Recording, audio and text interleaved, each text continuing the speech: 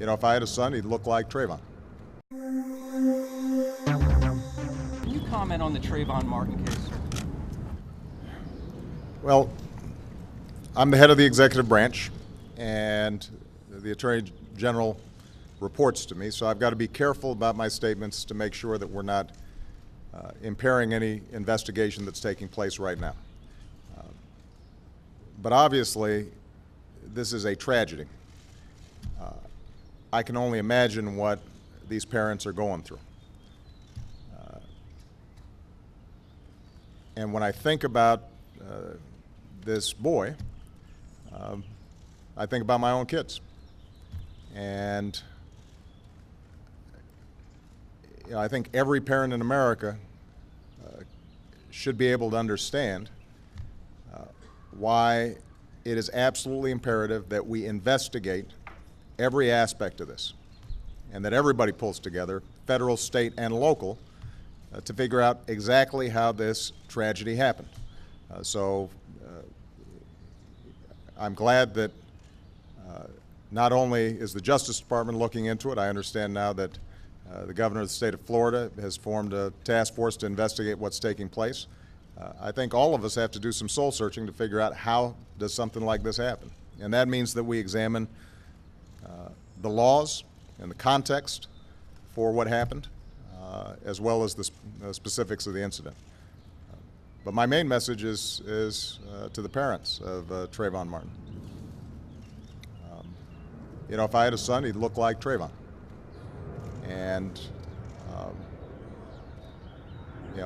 I think they are right to expect that all of us as Americans are going to take this with the seriousness it deserves, and that we're going to get to the bottom of exactly what happened. Why did the president decide to weigh in on the shooting death of Trayvon Martin today? Ken, the president has given us a number of interviews in the last several days. This has been a major news story, as you know, and so he was certainly prepared to answer a question if he were to get one.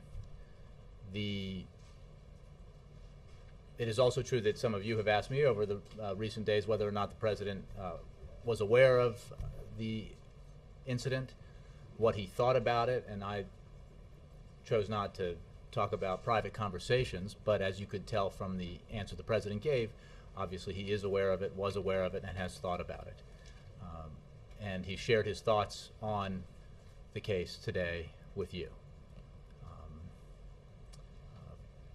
And that's my answer. The White House had appeared to be reluctant to talk about this case. Was there some development? Was there something that touched a nerve with the president where he wanted to speak out? No, again, I think given that he's president of the United States and he's going to speak with you all and other reporters with some regularity, it was inevitable, given the high-profile nature of this story, that he would be asked about it. He certainly had thought about it, was aware of what's happening with regard to it in terms of the investigation locally by local law enforcement, the task force now that's been established by the governor of Florida, as well as the Department of Justice's investigation. So given all that, it was inevitable probably that he would be asked about it. So he had thought about it and was prepared to answer that question when he got it. Does he have any intention to call Trayvon's parents? I don't have any information in that regard, no. Earlier in the week, when you were asked to comment on the Trayvon Martin case, either from you or something the president may have said, you said, quote, "We're not going to wade into a local law enforcement matter." What changed between then and now that caused the president to want to answer this question? Well, two things. One, the president, as I just mentioned, was inevitably going to be asked this, given its prominence and the fact that he has interviews with reporters. Two, the president that's clear. He could have, but he felt he did have some thoughts on the matter. He made clear at the top of his comments that the importance he attaches to not to being careful about it because of the investigations that are ongoing. But he clearly had some thoughts about it and as a parent, and expressed those to you today. So. I mean, I think I'm not going to elaborate on what the president said because I think he spoke pretty eloquently about it. Now, the Florida shooting, the president mentioned that the country should do some soul searching, not just on the law, but the context of how it happened. Does he think this is another one of those teachable moments? I'm not going to elaborate on what the president said. I think he spoke about it, and I'll leave it at what he said. The fact is, as many have said today and previously, the president believes this is a tragedy. And as a parent, he can feel that, as you and other folks who are parents can understand even more keenly what the kind of grief that the Martins are suffering right now. And I think that's an observation that is broadly and widely shared. Beyond that, I'll let the president's word stand, and we'll certainly let the investigations proceed. Yes, April. Okay. And then Mark. Back on the Trayvon Martin issue. You said the president believes this is a major news story. As a major news story, what has the president... I don't think it... Yeah, okay. Sorry, go ahead. What has the president gotten? Has he listened to the tapes? And what kind of... And just on the TikTok issue, what kind of information is he being updated by Justice? Because I understand that Justice had a whole day, early part of this week, they were trying to figure out how to handle the situation and sending people there to help lessen tensions and things of that nature. How has the president been involved leading up to today in this? As far as how he gets his news, I think I've said on a number of occasions, he largely reads the news, and I'm sure. Not that I'm aware of, but of course I'm with him a lot, but not all the time. In my presence, he did not, but I think he mostly reads about stories like this, and I think it's not a question of believing if this is a big news story. If you watch the news or read the newspaper, I think it is definitively a big story, and that's why we certainly expected that he would be asked about it at some point.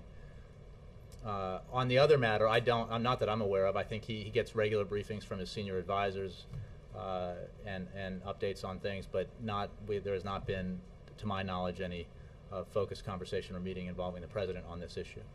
Right. And also, you said that you had not heard that the president had reached out and called the Martin family as of yet. He has typically done things like that in the past with other situations. Do you expect that could be a possibility? I think that's what I was asked, whether he planned to, and I don't have any updates on phone calls he may or may not make in the future. And is he reaching out? Has he talked to Al Sharpton and been jealous about this situation, particularly as Not that I'm aware the of. issue of racial profiling has been raised? Not that I'm aware of, April. Yeah. Trayvon Martin, since the president does have strong feelings, as you said and as he said, why did it take the Justice Department so long to intervene if this young man was killed on February 26th? Admittedly, the media didn't jump on it early either. We're not perfect. It was not something that got national attention right away. However, the Justice Department is there to protect people's rights. Why, in retrospect, do you think that the Justice Department was too slow to get involved? I would refer your question to the Justice Department. Justice is investigating this. I would refer you to the Justice Department for their procedures and how they look into matters like this and make decisions about investigating. I just don't have a comment on that. Finally, let me follow up from the Rose Garden. The president, the one sentence that the president uttered out there, if I had a son, he'd look like Trayvon, is the thing that's really driving the coverage of that, his statement today. Can you, what exactly does he mean by that? Can you elaborate on that? Well, I think he spoke very clearly and thoughtfully about, on the personal side, his reactions to this case, and I'm not going to elaborate on that. The president has spoken, and I'll point you to what he said. Given how personal the president's remarks were on the Trayvon Martin shooting, was he, and this might come off wrong, but was he eager to talk about it? Did he want to talk about it?